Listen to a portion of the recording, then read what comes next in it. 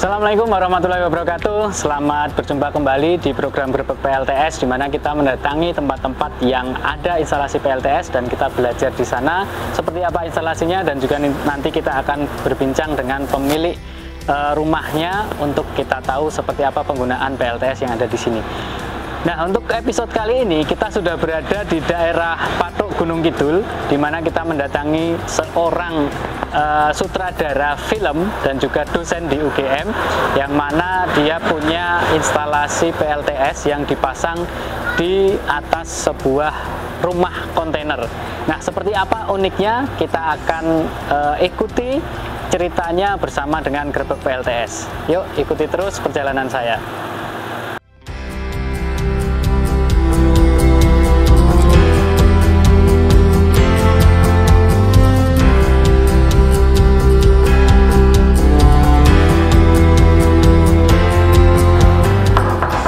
Assalamualaikum.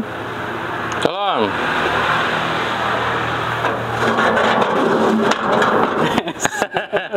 Emang kue tok sing duwe kamera? Ya. Kita hari ini mau main ke sini untuk mendengar cerita tentang instalasi PLTS. Nah, apalagi terkait dengan studionya yang dari kontainer ini kayaknya menarik banget untuk kita bahas. Kontainer dipasangi PLTS atasnya, kemudian penggunaannya akan seperti apa? Oke. Boleh nggak? Ya boleh. Oke, mungkin dari yang pertama, mungkin dari PLTS-nya. Berapa yang dipasang? 820 watt peak. Oke, 280 watt peak. Ada berapa buah? 820 itu dua ya, berarti ada dua di atas ini ya. Nah, ini mungkin nggak terlalu kelihatan nih ya, teman-teman. Jadi karena sudah diberi atap nih di sini, jadi nanti kita mungkin akan ambil pakai drone aja ya. Ini jenisnya polikristalin 410 ya, 410 watt peak kali 2 820 watt peak.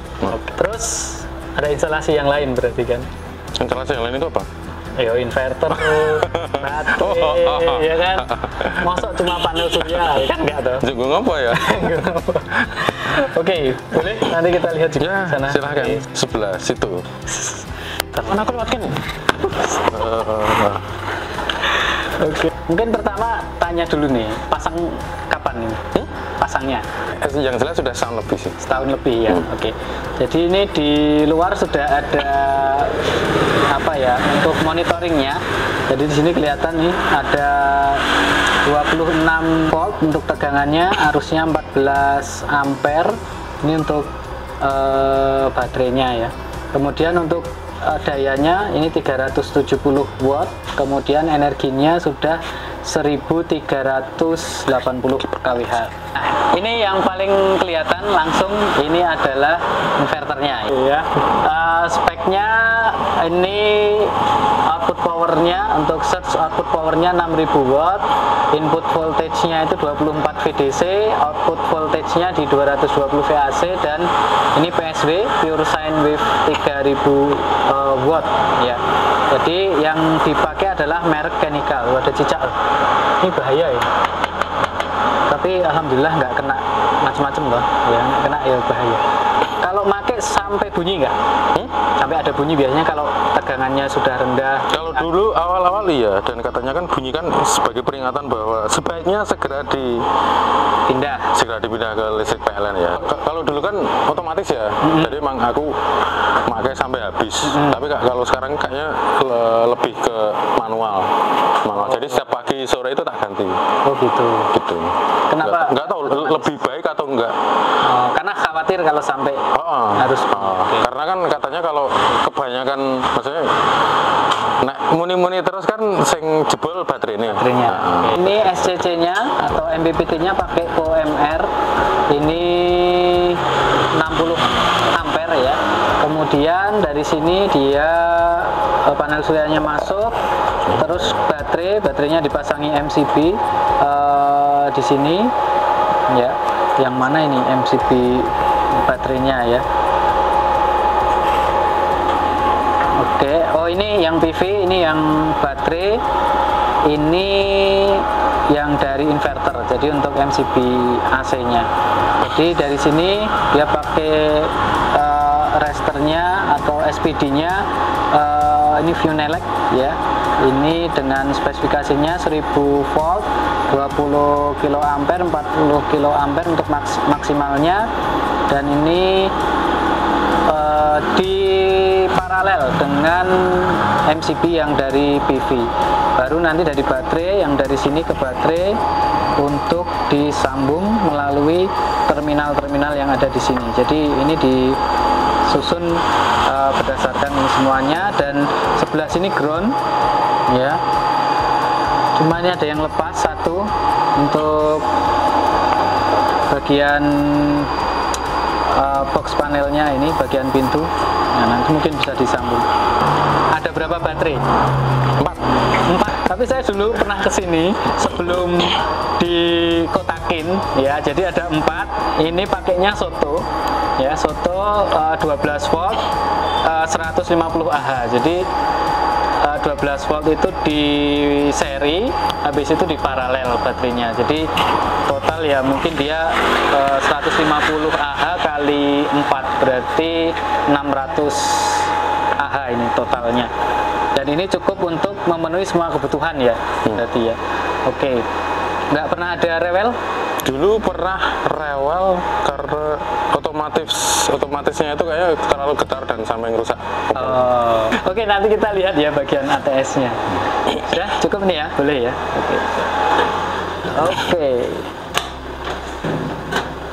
Oke, terus ke bagian ATS. Nah, ATS-nya ada di sebelah sini.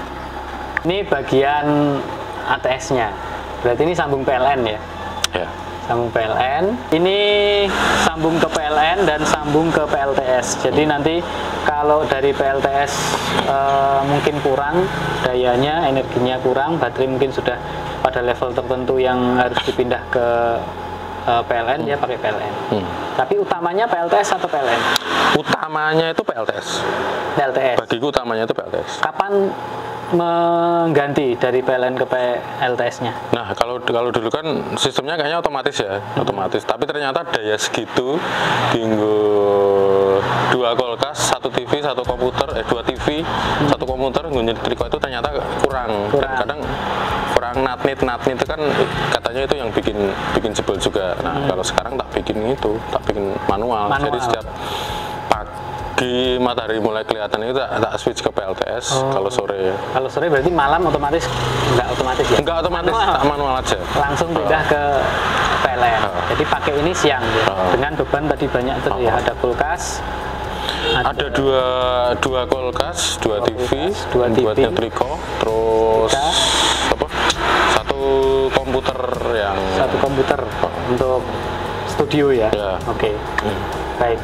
Oke, jadi ini konfigurasi dari sistem bagian ATS-nya, termasuk tadi sudah kita bahas bagian MPPT, baterai, dan juga di inverternya.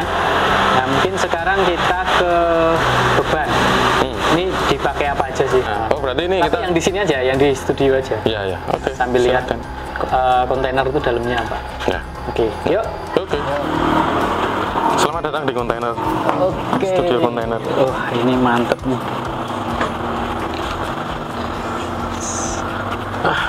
Minggu sih. Oke, yuk. Ini berarti studionya. Iya. Berarti jadi di studio sih. Ini lebih ke tempat aku nenepi ya, kan gitu. Nenepi, nulis naskah, sok-sokan ben koyo pegawan opo ngono lah. Studio ini kan orang yang kene. Iya. Oke, berarti semua yang ada di sini dipenuhi oleh PLTS. Dipenuhi oleh PLTS. Kalau siang. Kalau malam ke PLN ya. Oke, baik. Nah, ini apa aja di sini? Kalau di sini itu ada kulkas setengah. Ada setengah kulkas. Terus ada PC 400 atau 500 watt. Ada itu aku lali bawa ada dua blower. Terus 4 lampu. TV. Terus piringan hitam, pemutar piringan hitam ya. Piringan hitam. Itu speaker. Oh, speaker. Ini yang di sini. Tapi Iya. nggak cuma ini aja. Nggak cuma ini aja. Masih ada lagi ya? Masih ada lagi di bawah, bawah. untuk kulkas, TV juga, setrika juga. Dan lampu. Dan lampu. Lampunya kan lumayan banyak. Oke. Jadi sebenarnya hampir sebagian besar itu memang dipakai sampai ke sana. Oke, terus yang penting diatur ya, kapan pakai PLTS, kapan akan pakai PLN-nya. Seperti itu teman-teman, untuk spek dan teknisnya dari PLTS yang ada di sini. Kita tadi sudah tahu dari panel suryanya, inverternya, baterai, sampai ke pemakaian bebannya untuk apa saja. Dan nanti kita akan ngobrol-ngobrol dengan beliau ya, sehingga nanti kita akan tahu apa motivasinya, kemudian ya tentang beliau sebagai seorang sutradara dan dosen ya. Oke. Begitu? YouTuber dan dosen. Oke, baik teman-teman, kita sudah bersama dengan Mas Yusron, panggilannya Mas Yos ya. Jadi beliau adalah yang punya studio yang dibuat dari kontainer ini. Enggak lah, semua kan milik Allah ya. Oke. Iya tapi. Iya. Oke lah, kita ikuti aja ya. Memang begini kami ya, kalau sedang ketemu gitu. Jadi kontainer yang dititipkan Allah ini ya di sini. Ini kemudian dipasangi PLTS, dan tadi kita sudah tanya-tanya terkait dengan spek, penggunaan dan sebagainya.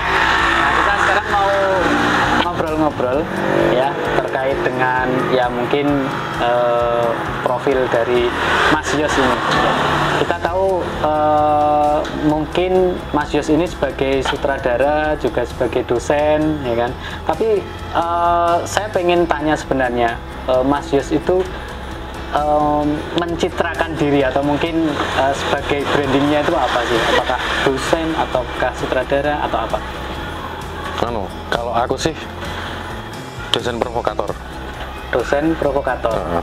Provokator seni, provokator kemajuan, provokator berekspresi dan berkreasi. Oke. Gitu. Tapi nggak pernah men-state bahwa aku sutradara. Biasanya aku sutradara itu sing ngundang uang. Oh gitu ya. Ini tumben muncul humble-nya ya. Biasanya arogannya ya. Oke. Dan nanti kan muncul arogannya nanti. Oke. Sedikit lagi tentang mungkin PLTS ya. Ini kan mungkin background teknik nggak ada sebenarnya. Gua ada sama sekali. Nah kalau banyak yang kita datengin itu bicara kalau dia pasang PLTS karena hobi. Nah kalau seorang dosen dan sutradara pasang PLTS, apa motivasinya? Sakjane toh.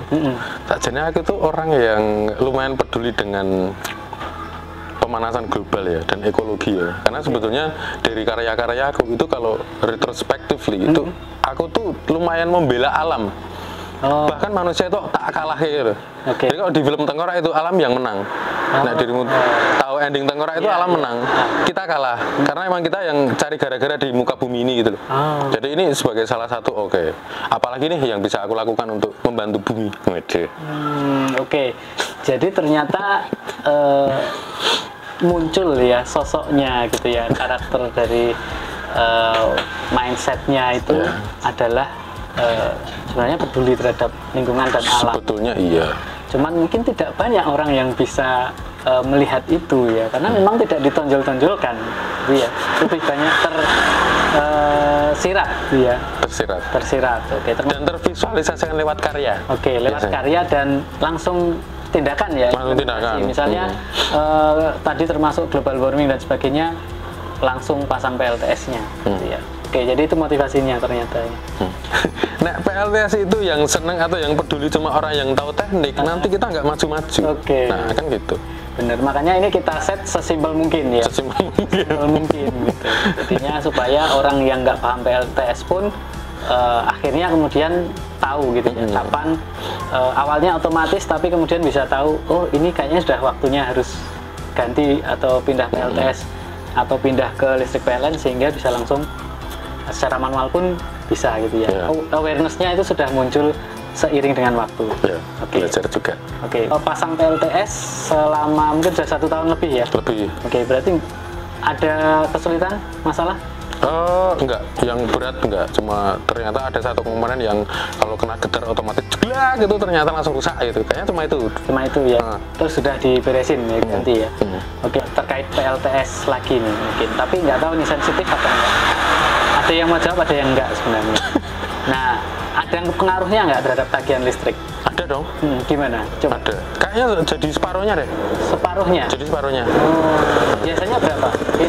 Aku lali no angko, aku tuh jangan ditanya angka. Oh gitu. 300 atau 200 itu jadi 100-an sebulan atau? Sebulan? Nah aku nggak salah nganu loh ya. Pokoknya jadi separuhnya dong. Jadi 300 ribuan ya, bulannya jadi hanya 100 ribuan. Nextnya apa ini? Ini seperti kaos itu yang tertulis itu, apakah sedang jalan, prosesnya seperti apa? Kalau Setan Nanas ini adalah film kedua. Film kedua, genrenya horor. Panjang, film panjang ya. Nah, kita sih pengennya ke bioskop tahun 2023 akhir gitu. Tapi nggak tahu sih, karena kan setiap tahun kan bioskop itu harus menerima berapa ratus film horor ya.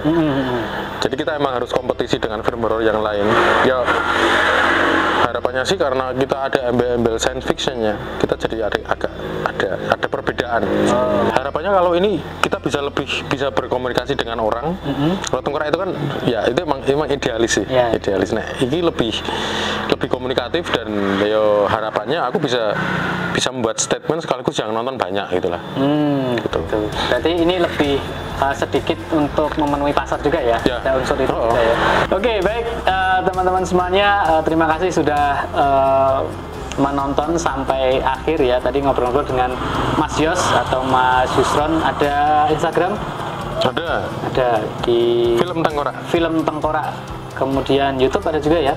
YouTube itu Akasa Cara Film. Akasa Cara Film, di sana ada banyak sekali video-video yang dikerjakan juga. Jadi silakan bisa follow beliau.